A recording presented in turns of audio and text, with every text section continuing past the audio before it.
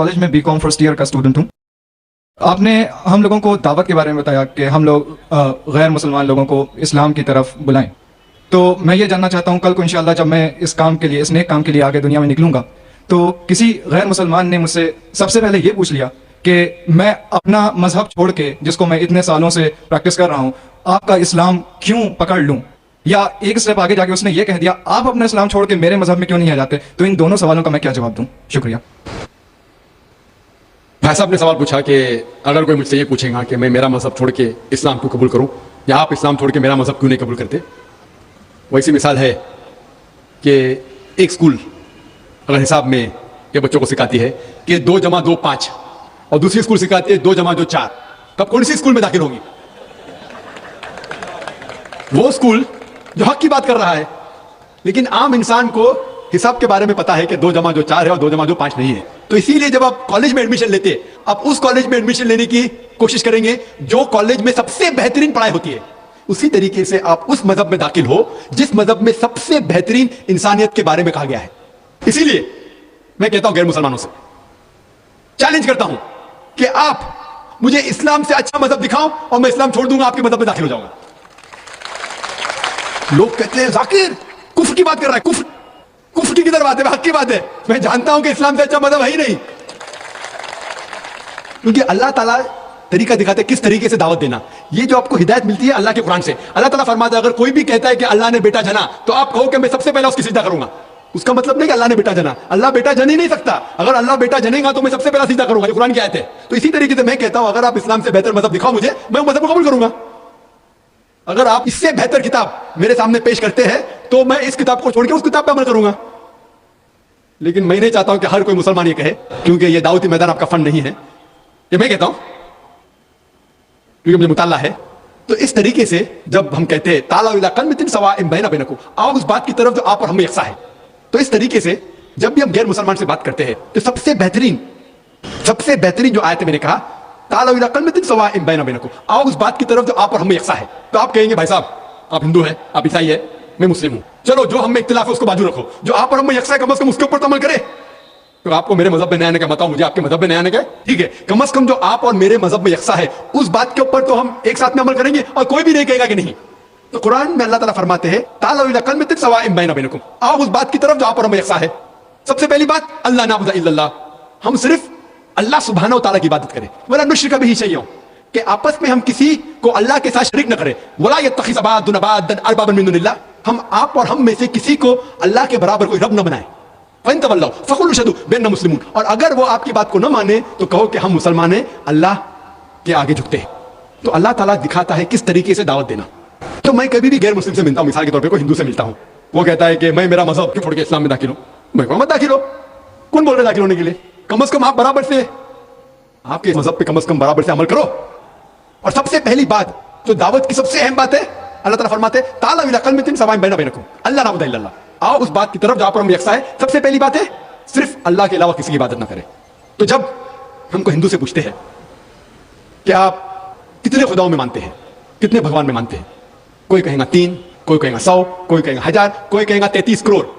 लेकिन अगर आप एक आलिम हिंदू से पूछेंगे जिसको अपने मजहब के बारे में इल्म है, हिंदू मजहब के बारे में इल्म है, उससे पूछेंगे कि कितने खुदाओं में आपको यकीन रखना चाहिए, तो वो हिंदू कहेगा कि हिंदू को सिर्फ एक खुदा में यकीन रखना चाहिए और एक ही खुदा की इबादत करना चाहिए।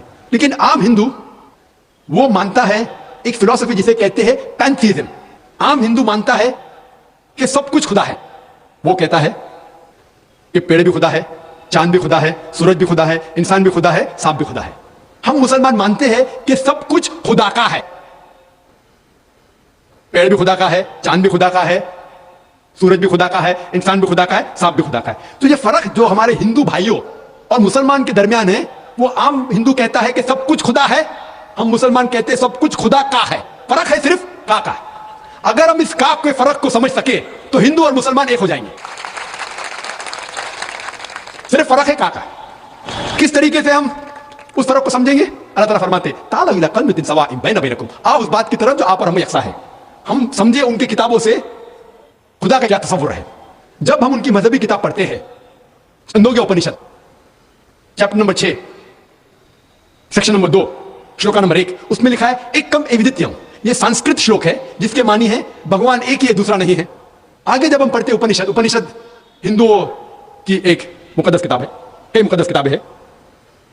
लिखा है श्वेताश्वतर उपनिषद में chapter number 6, chapter number 6 shloka number 9 में, नाकस्य कसिज जनिता रचदीपा, जिसके मानी है उस खुदा के ना ही कोई वालदा है ना कोई वालिद है, ना ही कोई रब है।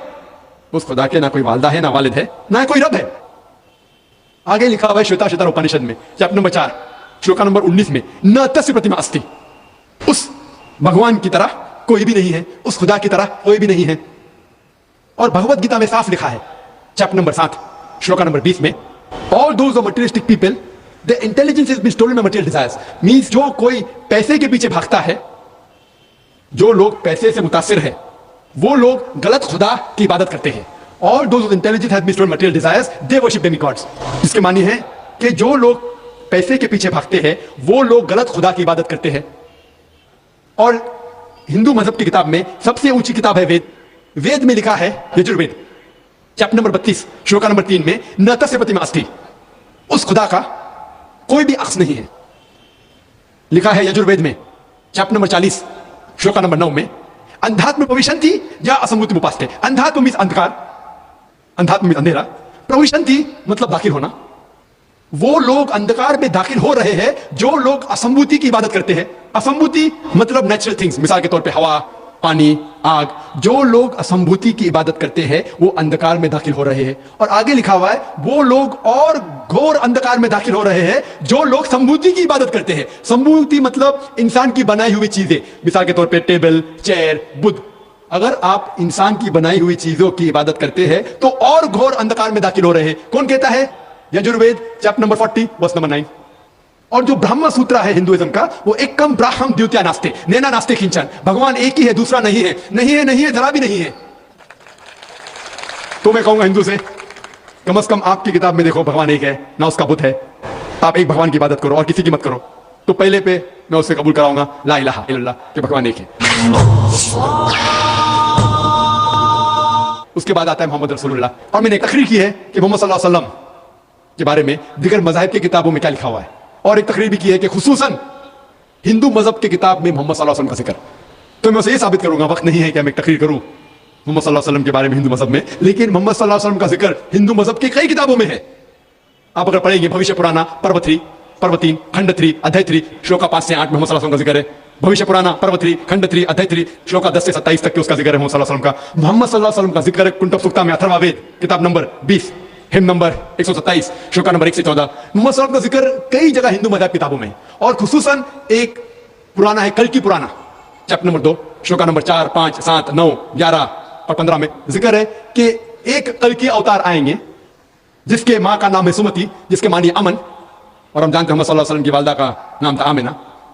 उसमें लिखा है उसके वालिद का नाम होगा विष्णु याश, मतलब भगवान के पूजने वाला, खुदा के पूजने वाला। और मोहम्मद सल्लल्लाहु अलैहि वसल्लम के वालिद का नाम था अब्दुल्ला। उसमें जिक्र है कि वो पैदा होंगे संभाला में।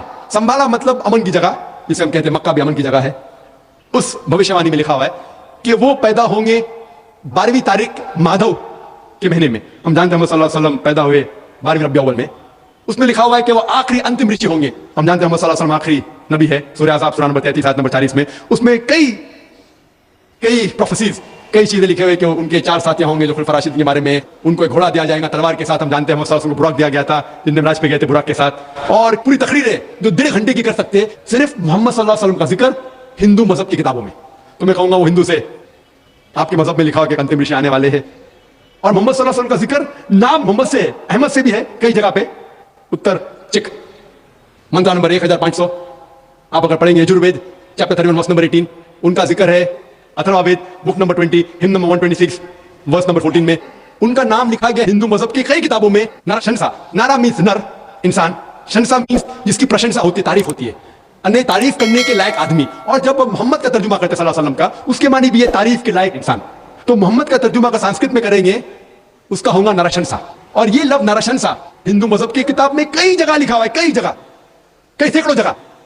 Rigveda book number 1 hymn number 13 verse number 3, Rigved book number 1 hymn number 18 verse number 9, Rigved book number 1 hymn number 106 verse number 4, Rigved book number 2 hymn number 3 verse number 2, Rigved book number 5 hymn number 5 verse number 2, Rigved book number 7 hymn number 5 verse number 2, Yajurved chapter number 20 verse number 37, Yajurved chapter number 21 verse number 57, Yajurved chapter number 21 verse number 31, Yajurved chapter number 21 verse number 55, Yajurved chapter number 28 verse number 2, Yajurved chapter number 20 verse number 42. सैकड़ों हवाले सिर्फ हिंदू मजहब की किताबों से हम दे सकते हैं जिसमें मोहम्मद सल्लल्लाहु अलैहि वसल्लम का नाम आता है एज नाराशंसा। तो मैं हिंदू से कहूंगा कि आपकी हिंदू मजहब की किताब में लिखा हो कि एक भगवान है, एक ही खुदा है, ना उसका कोई बुत है, बुत परस्ती करना हराम है, और कई पैगंबर है, आखिरी पैगंबर मोहम्मद सल्लल्लाहु अलैहि वसल्लम है। तो मैं कहूंगा कि आपकी किताब में लिखा हो कि एक खुदा है और आखिरी पैगंबर मोहम्मद सल्लल्लाहु अलैहि वसल्लम है, और आपको जो पैगाम वो लेके आता है उसकी बात को मानना चाहिए। और वो पैगाम क्या है? कुरान और सही हदीस। तो अगर आप हिंदू मजहब की किताबों का मुताला करेंगे आपको यकीन रखने पड़ेगा एक खुदा में और मोहम्मद सल्लल्लाहु अलैहि वसल्लम। इसी तरीके से हम जब ईसाई से बात करते हैं उसके बाइबल से साबित कर सकते हैं खुदा है, ईसा अलैहि सलाम खुदा नहीं है, वो खुदा के बेटे नहीं है, बाइबल के अंदर जिक्र है कि मोहम्मद सल्लल्लाहु अलैहि वसल्लम आने वाले हैं। तो इस तरीके से मैं कहूंगा गैर मुस्लिम से कि कम से कम आप आपकी किताब को मानेंगे तो आपको यकीन रखने पड़ेगा एक खुदा में, और अल्लाह का जिक्र भी है हिंदू मजहब की किताब में, ईसाई मजहब की किताब में।